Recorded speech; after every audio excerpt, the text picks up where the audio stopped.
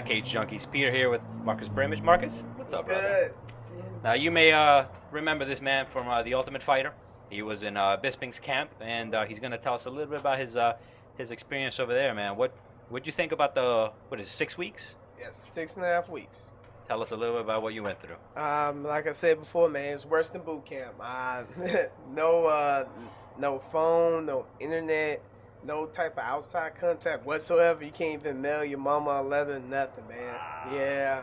That's brutal. Yes, man. They force contact, so they make sure that you can't do anything outside to like take your attention away from the house. So you're always like bumping to somebody you don't like. Like, damn, man, Akira's fucking loud, man. I hope he just doesn't bother me. You know, Akira is just loud, so Akira's all over the place, and you're stuck there. You have no choice but like to listen to Akira's loudness, and it just pisses you off. So they feed off that. So that's why they just want no outside contact whatsoever. So it'll just force interaction on a daily basis.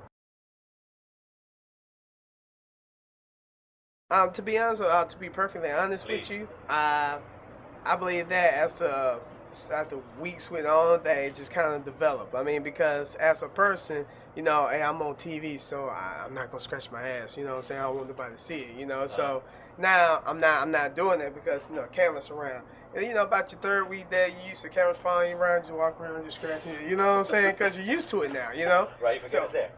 Exactly. So, you know, over time, you started to show like your true character. You know what I'm saying? Like, you know, Diego. You know, that's my dog, but Diego's crazy. You know what I'm saying? They didn't hide it at all. You know, he's just crazy. You know what I'm saying? Like me, I was just an ass clown because I go around playing pranks on people. You know, I do that all the time. You know, that's just me. You know, so they didn't really like exploit like anything that wasn't true. You know. All thing they did was let you be you, and then you know, certain people had certain roles. You know what I'm saying? So that's all they did. They just made sure that America got to see that. Now we all kind of followed, and we all got our favorites, and everyone kind of picked out, you know, who the villain was. Who was your least favorite person in the house? To be honest with you, I didn't get a chance to like hate anyone that bad. You know, when I first met Kira, I'm like, God, would this dude shut the hell up? And then, you know, after a while, you just expect Kira to do something crazy. So you just kind of, you get used to it. Yeah, you get used to it, you know, and then you get used to people's personalities. Right. So I didn't have like a least favorite person on the show, you know, but I did have people where I didn't hang out with, you know what I'm saying, because it just, well, like Bermudez, like I never hung out with Bermudez, so when you heard half of the dumb stuff he said on TV, I was like, damn, really? Yeah, you know, because, you know, people were telling me, like, when I was living in the house, like, man, Bermuda is dumb as hell. I was like, yeah, whatever. You know, I didn't know because I never, like, talked to Bermuda. So I was like, no, whatever. But when I saw the show, I'm like, oh, my God. You know what I'm saying? I was like, really? You know, but. So once you watched it back, you know, it kind of all sunk in, like, wow, they took out some of the worst and some of the best and just laid it all out there. Oh, yeah. They did. They really did. Like, you know, certain episodes, they want to make somebody look like, you know, an a-hole as much. And the next episode, it's like, oh, man, hope that dude get hit by a bus, you know? Right. They just do stuff like that. Now, that was then, and we are in the here and now. Tell us about your next fight. You got Maximo Blanco, loosely translated, Maximum White. What are your thoughts on this fight? That's weird, you know what I'm saying? Maximo Blanco. Yeah, you know, if that was a white dude, the name would be so much cooler. You know what I'm saying? Maximum White, you know? It's not like he's Russia, got blue hair and blonde eyes, you know? So what do you thought? What do you think the fight's going to go? How do you think you're going to overcome this obstacle? Oh, man, this is going to be a great fight. This is going to be fight of the night. Somebody's going to get knocked out because he is so aggressive. He tears through his opponent, you know, so I like how he tears through his opponent. I like how aggressive he is because, you know, I ain't no slouch. So, you know, I'm aggressive and I tear through opponents too, so it's going to be a good one. Right now, I'm going to let you know it's going to be fight of the night, you know.